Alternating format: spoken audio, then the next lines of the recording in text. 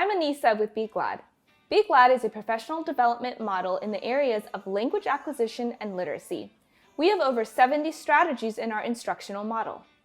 In today's video, we will go over how to increase language production in the classroom. Take a moment to think about your own classroom.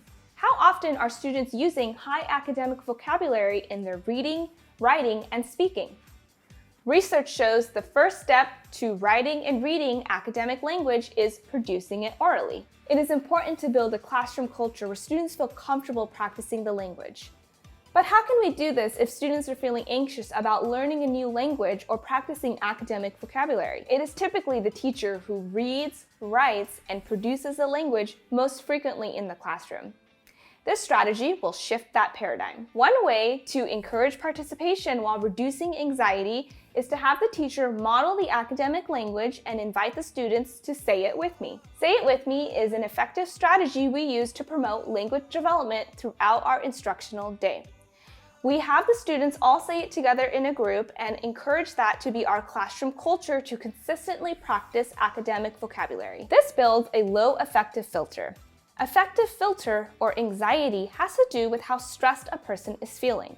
When a person is feeling stressed, it becomes difficult for them to learn and retain new information. Chemicals in the brain get released when a person is feeling anxious that prevents the learning from happening. By having all the students practice the language together, nobody really knows who's saying the word correctly or incorrectly.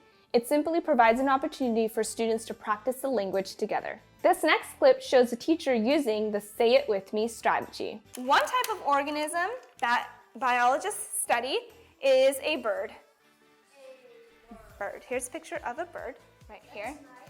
All right. And maybe some of you might have seen this picture on some of our other charts, but this is going to be where we research birds. Everyone make a beak like this and say birds. Birds. Now read it with me. Birds. So birds, some ways that we can tell that it is a bird, some features, is that birds have wings. Say it with me. Wings. Okay. They also have feathers. So everyone do this and say feathers. Feathers. And they have a beak. So everyone do this and say beak. Beak. And it helps to survive inside.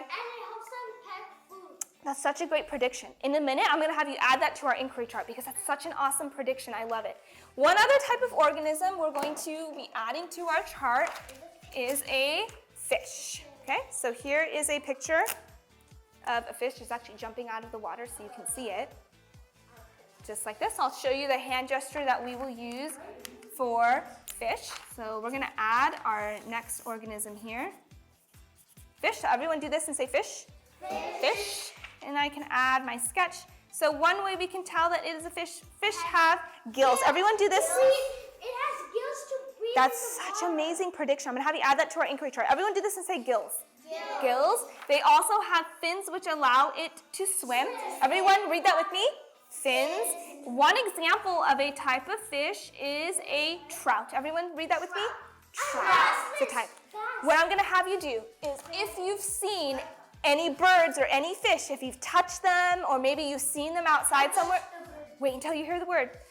If you've ever seen one in real life or if you ever touched one or experienced it, I want you to turn and tell your neighbor. Tell them and describe it to them what it was like. Our word is biologist. This time when we say biologist, instead of just saying the word biologist, we're going to say that biologist, say it with me, biologist is a scientist who focuses on organisms. So let's practice it together and then you're going to turn and tell your neighbor. Ready?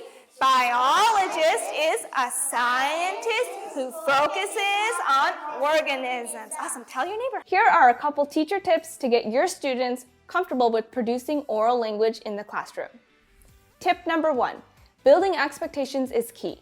When you use the Say It With Me strategy, make sure you have 100% student participation and build in the expectation that you will only move on once all the students are saying the word with you together. Tip number 2, focus on high-level vocabulary.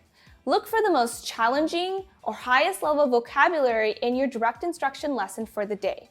Use the Say It With Me strategy when you teach those words in that lesson.